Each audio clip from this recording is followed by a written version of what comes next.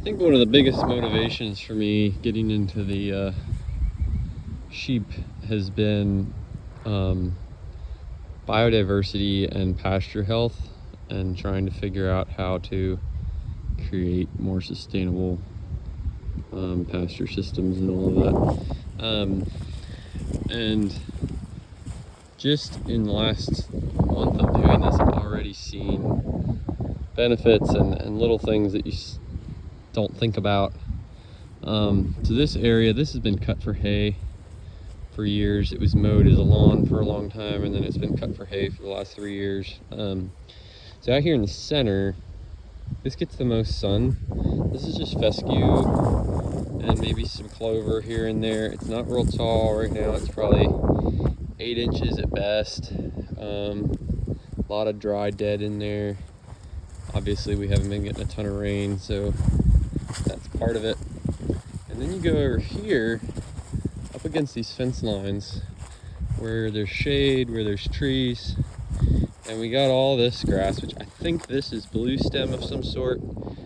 Correct me if I'm wrong. Anyway, this stuff is like as tall as my knees. It's not quite as thick as the fescue, but there's way more mass here. You can see it's all the way up to my knees already. It's touching the second wire on the fence. And this runs all down through the trees down here, which is really cool. Just shows like how the shade of the trees can affect that. Also just the different variety of grass and stuff grows faster anyway. But then when we go back, so we're gonna walk back here where the sheep have been. Let me walk over here. So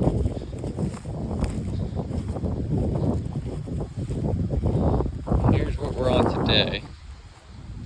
This is about 10 inches across the shorter side, and then knee height over on the top of the hill. Here's the fence. This is the graze line. So this was 3 days. I think they were in this pen for 3 days. And it's grazed down to about 3 inches, which is where we want it. All of that tall stuff in the back is gone. I mean, they stripped it down. You can see the graze line difference.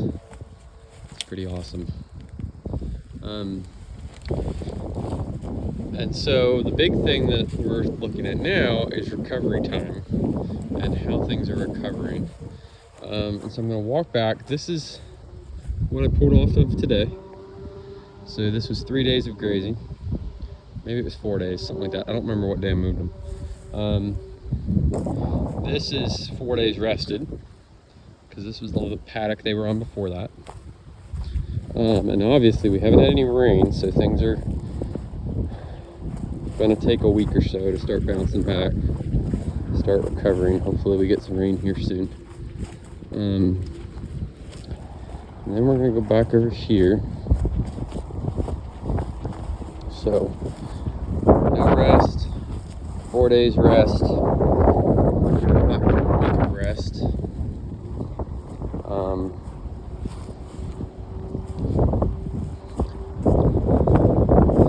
This area down here is 7 days rested. I pulled them off of this last Saturday. I think that math works out right. Yes, 4 and 3. So this is 7 days rested. And it was grazed down just like the paddock that we just left. And you can already see it starting to recover in some spots. Over there, it's starting to green up. Down through the woods, starting to see a little bit of grass that was all eaten down. And then we're gonna go back up in time.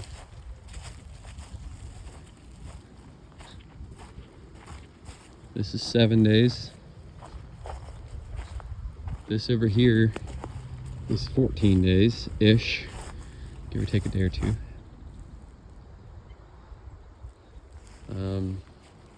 Actually, part of this over here is more than 7. It's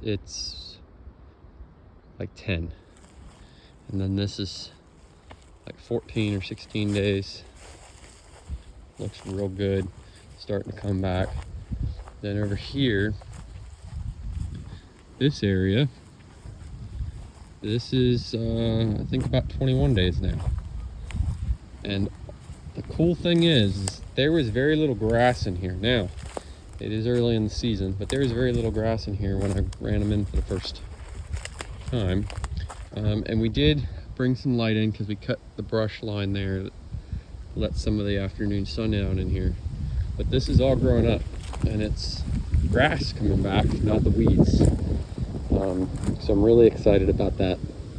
And you can see it's almost completely recovered.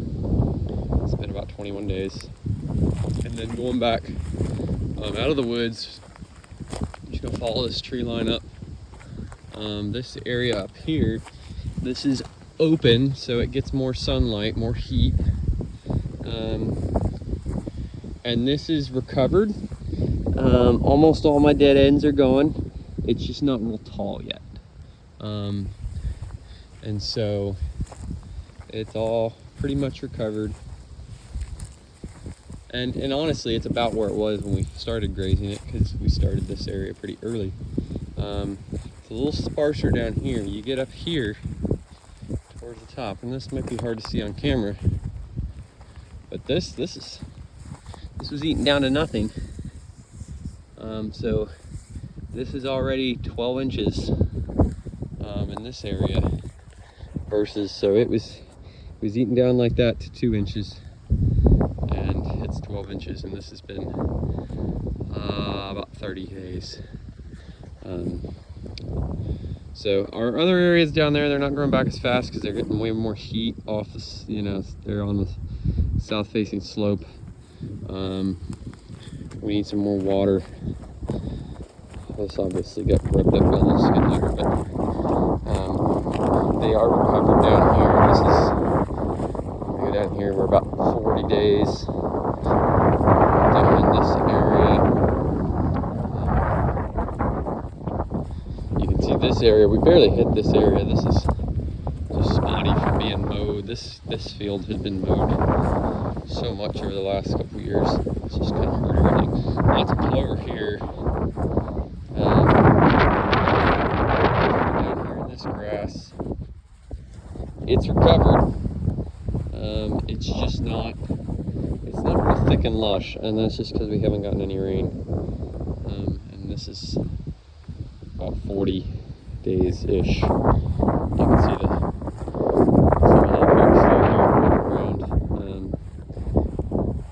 Once we get our soil microbes up and stuff, we shouldn't have too much problems with that not breaking down. Also, rain would have helped with that. And then I'd have to go look back at videos, but I think we're almost a full 2 months in this area. And it's fully recovered up to about 10-12 inches. So anyway, cool stuff.